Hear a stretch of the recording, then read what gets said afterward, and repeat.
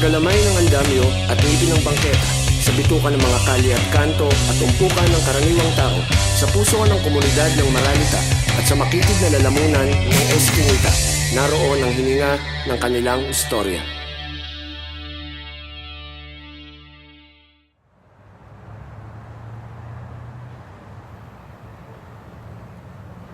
Sa panahon ngayon, napakahalaga para sa mga gurong katulad ko na ituro ang kasaysayan. Para sa akin, mas nagiging makabuluhan ang pagtuturo kapag naiintindihan natin ang kaugnayan ng mga nangyari noon sa mga nangyayari ngayon. Isa sa mga yugto na binubura sa kasaysayan ay ang malagim na panahon ng martial law. Mahigit 4 na dekada na ang nakalipas mula na ideklara ang martial law. Libo-libo ang naging biktima ng mga paglabag sa karapatang pantao. Pero balita ko, ngayon pa lamang makukuha ng mga biktima ang kanilang bayad pinsala matapos ang matagal na paghihintay. Pinuntahan ko ang mga biktima ng martial law kung saan naghahain ng aplikasyon o claims para sa bayad pinsala. Sa opisina ng Human Rights Victims Claims Board sa UP Diliman, dagsa ang mga biktima. 407! Nagmula pa sila sa malalayong lugar. Nagtsatsaga at umaasang may matatanggap sila para sa hirap na dinanas nila o ng kanilang mga mahal sa buhay noong batas militar. Mga panahon na yun, panahon ni Marcos, talagang nahihirapan kami. Walang isang tao na makapagsabi nang kami ay masaya kasi natatakot. Next po, sigaw po ng Darna ha. Pandaw di Sarip. Bawal po ang ito po, dapat Darna. Teresita Ilogario. Wala nang sumisigaw ng Darna. Halos lahat po ng tao ay kinukulong na sundalo. Hinuhuli. Tapos Kada po makita, maabutan. ginagapos, binubugbog ang mga kalalakihan. Nakakilala ko ng maraming mga biktima. Next po, from Cavite. Wenceslao Langsong. Wenceslao Langsong. Tinitiis lang namin ang mga kung minsan tutukan ka tapos tadyakan. Kaya nagkaroon kami ng Wilgam Bayan. Nagbarikada kami sa Escalante. Hindi namin akalain. Tirgas. Sumunod.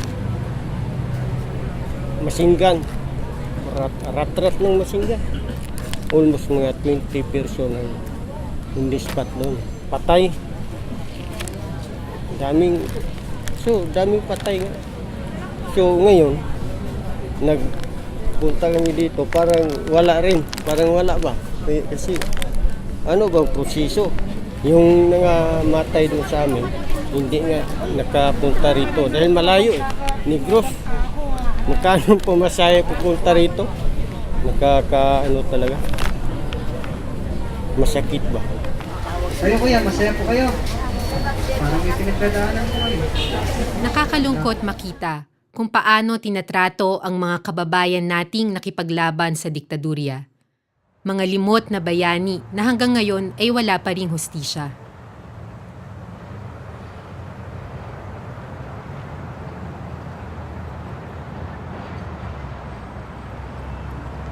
Dito, sa bantayog ng mga bayani, nakalagay ang pangalan ng mga kababayan nating naging biktima ng martial law. Mga bayaning pinagmalupitan ng isang mabangis na estado. Pero kahit wala ng martial law, marami pa rin tayong nababalita ang pinapatay, kinukulong o pinapahirapan dahil lang sa kanilang mga paniniwala. May paggalang na nga ba ang estado sa karapatang pantao o wala pa rin itong pagbabago? Sa usapin ng karapatang pantao, masasabing eksperto si Tinay Palabay. Si Tinay ang pangkalahatang kalihim ng karapatan, isang alyansang nagtataguyod ng karapatang pantao. Pamangkin si Tinay ng 2 bayani noong martial law. Ano ang dinanas ng mga tito mo sa ilalim ng martial law? Si Romulo at si Armando Palabay, nag-organize sila sa Northern Luzon. Probably a year after martial law was declared, na-raid yung ancestral house sa San Fernando, La Union. Inaresto yung magkapatid. Tapos, tinorture yung nanay nila, yung tatay nila. Maikukumpara ba ang human rights violations noon, panahon ng martial law, sa kasalukuyan? Makukumpara in terms of yung pagkakatulad nila. Mahigit 4 na taon ng panunungkulan ni Pangulong Aquino na tala ang karapatan ng 222 victims ng extrajudicial killings, 23 victims ng enforced disappearances, 105 victims ng torture, nearly 900 na biktima ng illegal arrest, no, at mahigit 40,000 na biktima ng forced evacuation. Lalo na sa Mindanao at sa iba pang bahagi ng bansa na malayo sa mata ng media, malayo sa pansin ng mga taga-Maynila, yun ang nangangailangan ng ating higit na atensyon.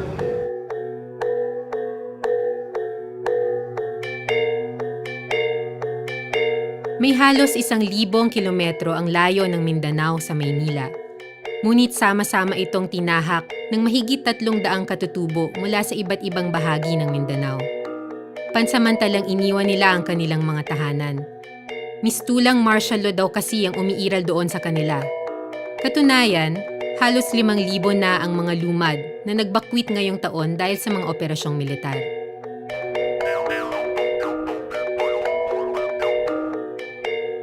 Nung maliit pa lang ako, ang karanasan ko po ay magbakwit kami, pero doon kami sa mga gubat, sa mga kuweba, o doon kami mag-evacuate pag may military operation. Mga 8 anyos ako, nalaman ko na may kumpanya pala doon sa amin. At yung company na yun ay hindi nagre-respeto ng mga tao doon. Dahil nga ang tawag nila sa amin ay mga ano raw kami, mga unggoy, parang hindi tao.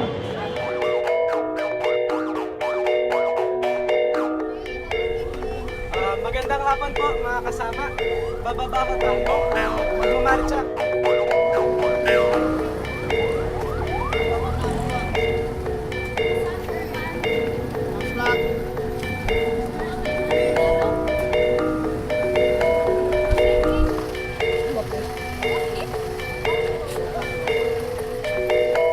Kami po, nasa malayo po kaming bundok, galing ng Surigao Sur at isang sulok na rin ng Caraga Region. Mahirap, lalong-lalo na sa amin na mga may pamilya, yung aming mga pamilya doon na naiwan, yung aming namimiss namin yung mga anak namin. Lahat sinakripisyo para lamang mapaabot yung aming mga problema sa Mindanao. Pagkain daw at kapayapaan para sa Mindanao. Paano sisigaw?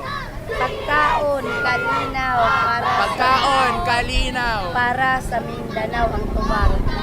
Kalinaw para sa Pagkaon! Kalinaw! Para sa Mindanao!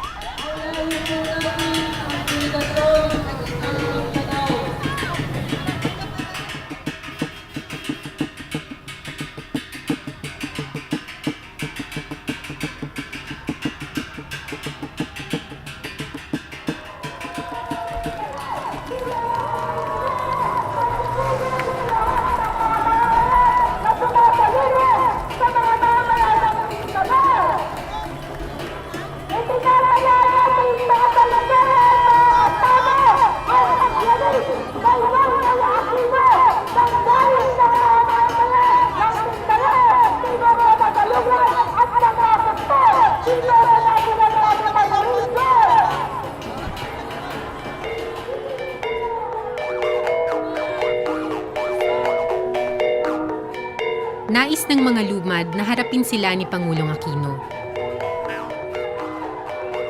Nagkampo sila sa paanan ng Malacanang sa kanilang unang araw sa Maynila. Dito ko nakilala si Josephine. Pwede niyo bang ikwento ano yung karanasan ninyo sa pagdating ng mga militar doon sa lugar ninyo?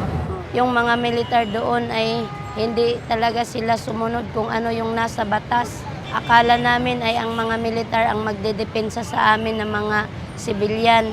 Pero ang nangyari ngayon, hindi mga NPA ang kanilang dinudukot kung hindi kaming mga sibilyan. Amo sa mong school property. Oo, gani, kabalo ka na.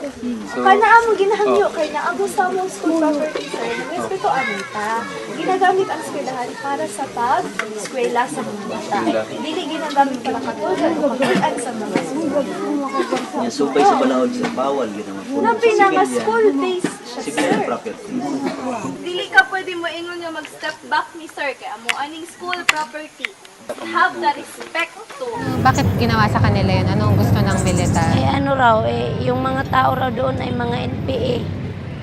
At itong pag-evacuate namin noong October 27, una nilang niransak yung kooperatiba, dinala lahat ng mga paninda doon. Yung mga tinapa, sardinas, kinuha lahat, pati yung kwarta, 10,000 ata yung kwarta.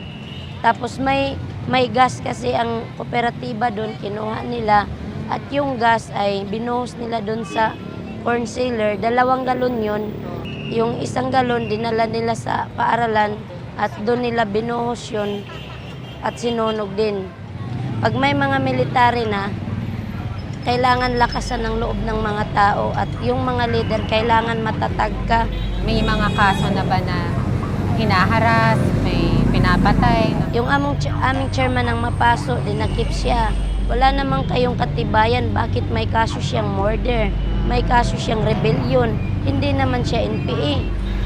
Bago lang ngayon si Henry Alameda, habang siya'y kumakain, agad-agad na siyang binanhik ng mga armado at doon kinaladkad palabas. Pagdating sa may waiting shed, walang marami pang tanong, pinutukan siya ng 5 putok, basag yung kaniyang noo.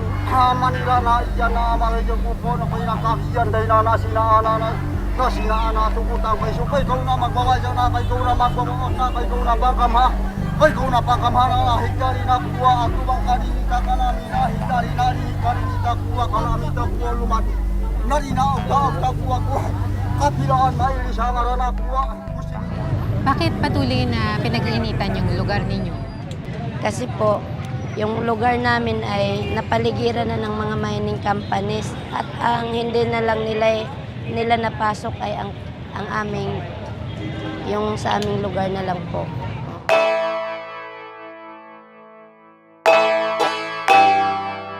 Sa pagdating nyo dito sa Maynila, ano ang mga panawagan ninyo?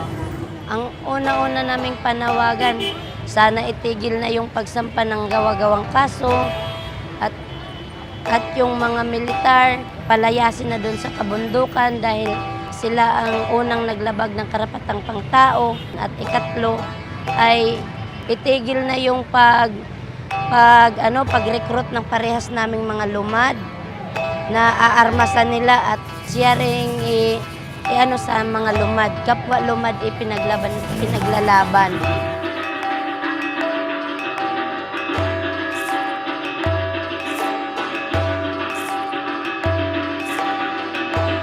Ang pangarap lang po namin ay yung pantay-pantay, walang inaapi, walang niyuyurakan.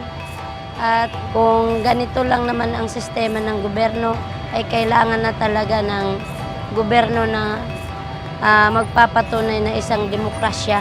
Pagkain at kapayapaan para sa Mindanao! Masura ang offline bayanihan! Imbis na solusyonan yung basic problems, yung kagutuman, yung kawalan ng lupa, yung kawalan ng disenteng trabaho, ang ginagamit ay yung dahas. Yung offline bayanihan na isang policy para patahimikin yung mga taong nagrereklamo, hindi nito kahit kailanman masusolusyonan yung armadong conflict dito sa ating bayan. Kaya magpapatuloy lang yung mga paglabag sa karapatang bansa.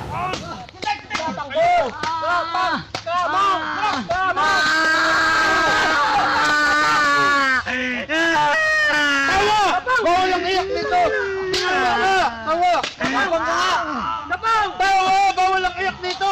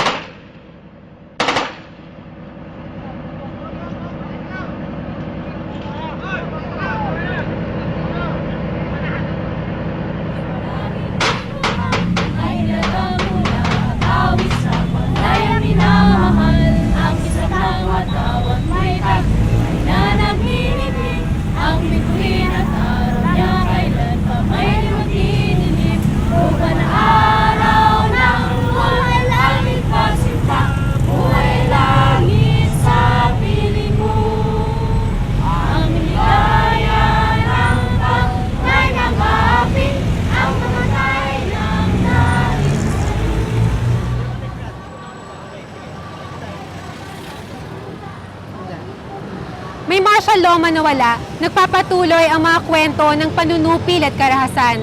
Pinakaapektado ang susunod na henerasyon, gaya ng mga bata mula sa Mindanao na hindi na makapag-aral dahil sa tindi ng militarisasyon. Babahagi ako sa inyo ng kwento ni Birang. Si Birang ay isang datu ng mga Bagobo. Hindi sila ligtas sa mga mababagsik na sundalo ni Diktador Marcos. Nanatili pa rin ang banta sa pagpapalawak na naman ng mga plantasyon. Sa mga panahong ito, palagi nang makikita si Datu sa mga kilos protesta laban sa diktadurya. Matatag na ang aking paniniwala sa kawastuhan na manindigan para sa lumad. Ang ipagtanggol ang bundok apo. Ang ipagtanggol ang tribo. Kasi pag maitaboy pa kami, saan kami pupunta? Para ipagtanggol. Sa kabilang banda, nagpapatuloy din ang kwento ng mga mamamayang lumalaban. Nagpapatuloy ang mga kwento ng kagitingan na mahirap burahin sa kasaysayan.